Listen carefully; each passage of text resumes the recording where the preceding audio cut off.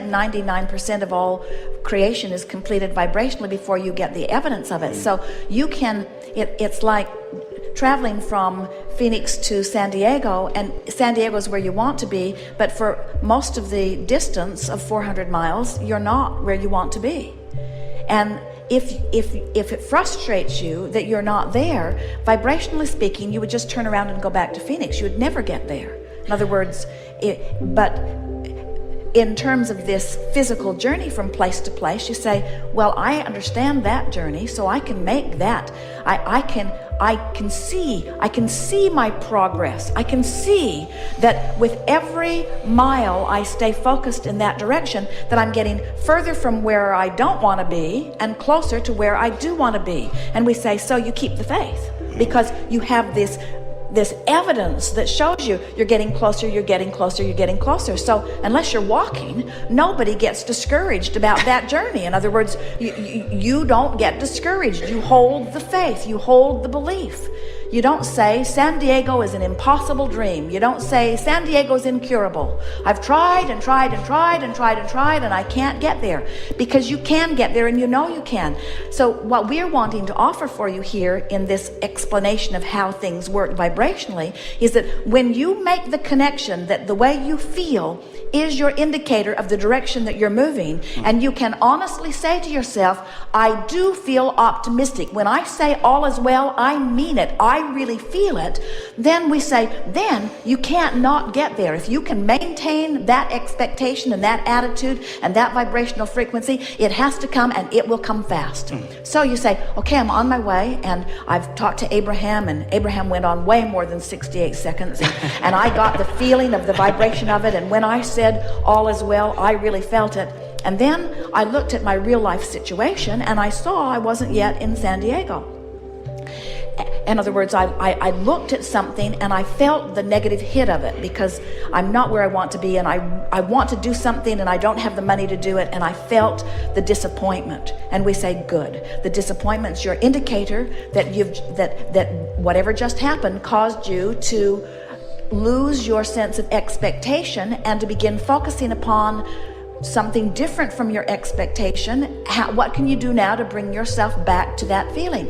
And when you work in that feeling of discouragement to bring yourself to something that feels better, you clean up your vibration in a way that it will never return to that negative place again. In other words, when you feel negative emotion and you take the time to chew on it, as we are here, until you actually feel relief, which will take you usually 68 seconds or more to get there.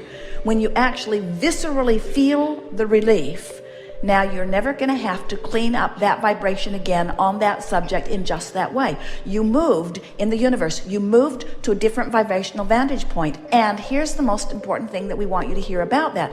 Because you moved to a different vibrational vantage point, the manifestational evidence has to shift too. So in the moment that you make the effort to do that, all things in the universe regarding that subject respond to the new vibration that you're offering. So that's the day you buy a ticket that gives you a little winning. That's the day you notice that somebody dropped something on the sidewalk. That's the day you get an idea that pays off for you. That's the day you rendezvous with somebody who has something to offer you, and you have something to offer them, and you exchange something financially as a result of it. In other words, that little bit of effort that didn't seem, you couldn't see that it was getting you closer to San Diego. You couldn't see it because it's not like driving your car toward a destination, but you felt it. So you knew it, and because you felt it, and because you understood the importance of the way you felt, you kept it up, and you kept it up, and you kept it up, and you kept it up, and you kept it up, and you kept it up. Pretty soon, you don't just hope that you'll have your abundance. You don't just believe it. You know it, because the evidence is so emphatically surrounding you. Just thought by thought, by thought, by thought, by thought, by thought. You clean it up, clean it up, clean it up, clean it up, clean it up. And what do we mean by clean it up? You tell it the way you want it to be and tell it less the way you don't want it to be. You stop facing reality and you start creating reality. So your friends say, what are you up to? And you say, all good things. And they say, were you able to buy that thing you wanted to buy, or did you get that job you wanted to get? And you say, You say, I'm right on track with it. And they say, no, you didn't understand my question. Did you get it? And you say, you didn't understand my answer. I'm on track for it. And they say, well, if you don't have it, you don't have it. And you say, not true at all. I have it vibrationally. And now that I've got it vibrationally, it must come to me. It is law. I've got it vibrationally. Well, how do you know it's coming? Because I feel so good. Well, you feel good before you got it. What's wrong with you?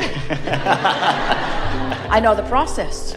I have achieved vibrational alignment with my desire, and so it must come. It is law. How do you know you've achieved vibrational alignment? Your negative friend says. How do you know you've achieved vibrational alignment with what you want? I feel good every time I think about it. I feel good when I think about it. I feel good when I think about my fortune. I don't feel sarcastic, and I don't feel disappointed, and I don't feel discouraged. I feel optimistic because I know it's coming. In fact, I'm so optimistic, look at my list of what I'm going to do with it. This is my list of what I'm going to do with it. And do you know, every time, there's another game that we offer. It's a checkbook game where every day you deposit $1,000 into your account, vibrational dollars, and every day you spend that $1,000. On the second day, you deposit $2,000 and spend them. On the third day, you deposit $3,000 and spend them. On the 365th day, you deposit $365,000 and spend it. So as you are spending this money vibrationally, as you're mentally spending it, what's happening is you are creating outlets out there for it to go. And do you know, when you create a vibrational outlet, it draws you and everything for the accomplishment of it through you. That's what eagerness is. That's what passion is. That's what your feeling of enthusiasm is.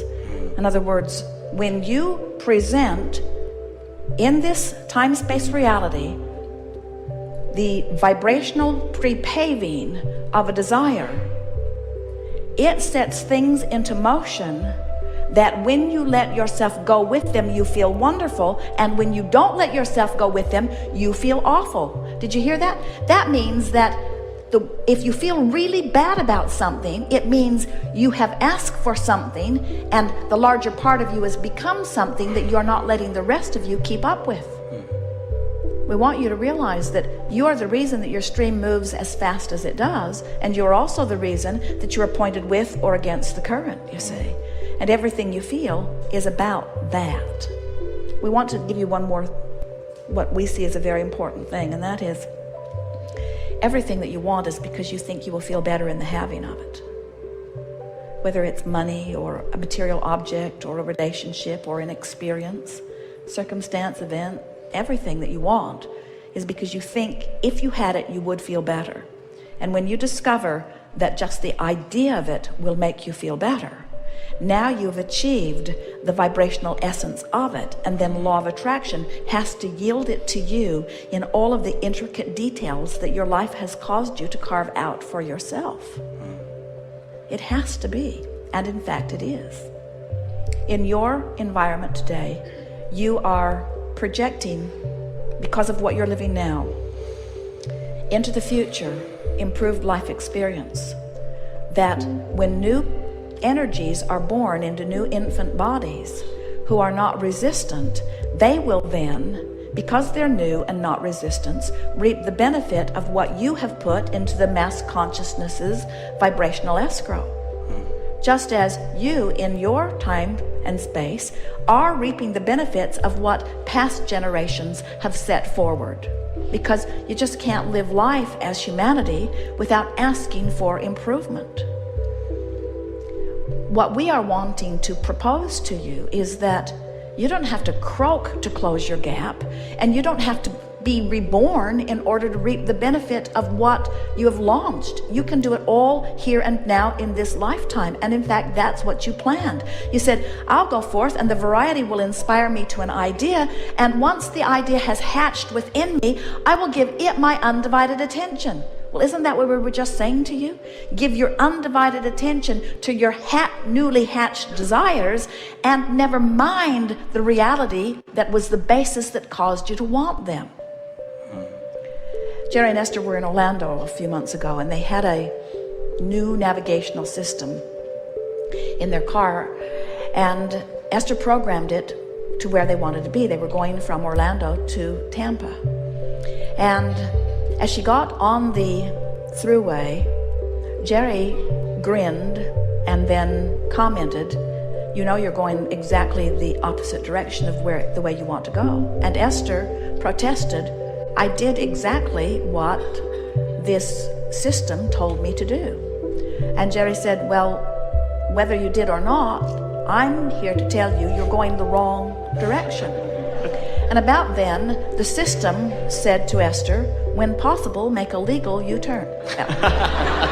Actually, what it said to her was to take the next exit, and it turned her around on the thruway and got her going in the other direction. But they went several miles out of their way because it was a long way between exits. And then Esther is pondering, because it's a new system that she wanted to trust and had had good results with. So she didn't want to believe that it was screwy, but she didn't want to believe that she was screwy either. And then she said to Jerry, "Maybe what happened, maybe I did what I thought it said, but I didn't do what it really said, and it allowed me to do it. The old system would have squawked sooner, but it allowed me to do it, and then it just recalculated, so it knew immediately what I now needed to do, so it kept encouraging me in the wrong direction until it was time to exit and go back." So now Esther's all activated about this. She's wanting to know, was I the crazy one, or is this new system the crazy one? And Jerry doesn't care who's the crazy one. He just wants to go in the right way. But Esther couldn't let it go. And then she said to Jerry, "You know, maybe I did misunderstand." She said, we could go back to where we started, and we could set the system, and we could retrace our steps, and then we'd really know if the system was the one who made the mistake or if I did." And Jerry said, "We could do that, or we could just keep going in the right direction now." And this is the thing that we want to say to all of you. There's this tendency to, because you have scrutinized yourself so much as others have viewed you and you have watched them viewing you, you compare yourselves academically, economically, emotionally, socially. In other words, there's this constant comparison that goes on as you're trying to find your place in the world. Hardly any of you can see yourself as you are. You see yourself as you think you're reflected back through the eyes of the peanut gallery that you think is looking at you, and so hardly any of you have a clear view of who you are. And in the process of that, you lose your awareness that you are where you are, and that there's this place that you want to go, and that you could easily just go directly to where you want to be. Instead, there is this incessant sensation that I need to now explain to whoever is interested, and certainly they all must surely be, of how it is I got here. How did I get here? Let me explain. I will write a book. I will explain to anyone who will listen, this is what I think about this and why, and this is how I got to this conclusion and why, and this is who I am, this is who I am, this is who I am, this is who I am, this is who I am, the good, the bad, the ugly, this is who I am, this is who I am, this is who I am. Did I tell you that this is who I am? And I'd like to explain to you why this is who I am. And we say, let it go. Let it go. Let your awareness, instead of being, this is where I am, this is the thing that we most want this seminar to say to you in a way that you can hear it. It doesn't matter where you are, because it's so temporary. It's just like the indicator on your gas gauge. Have you noticed how quickly it moves? Especially lately? In other words, it's just an indicator. That's all it is an indicator. So what's manifesting is just a temporary indicator of a temporary vibration. And so, but you say, well, it didn't feel all that temporary because I've been living it for a long time. And we say, it's because you've been having the same responses and offering the same vibration. So it's the same thing happening, but it's new. In other words, the same thing isn't happening to you. You're not living the same life. It's a new living of a new life from a new vibration. It's just that the vibration that you're offering now is the same one that you offered yesterday, because you've got the habit of thinking of things the way you thought of them yesterday.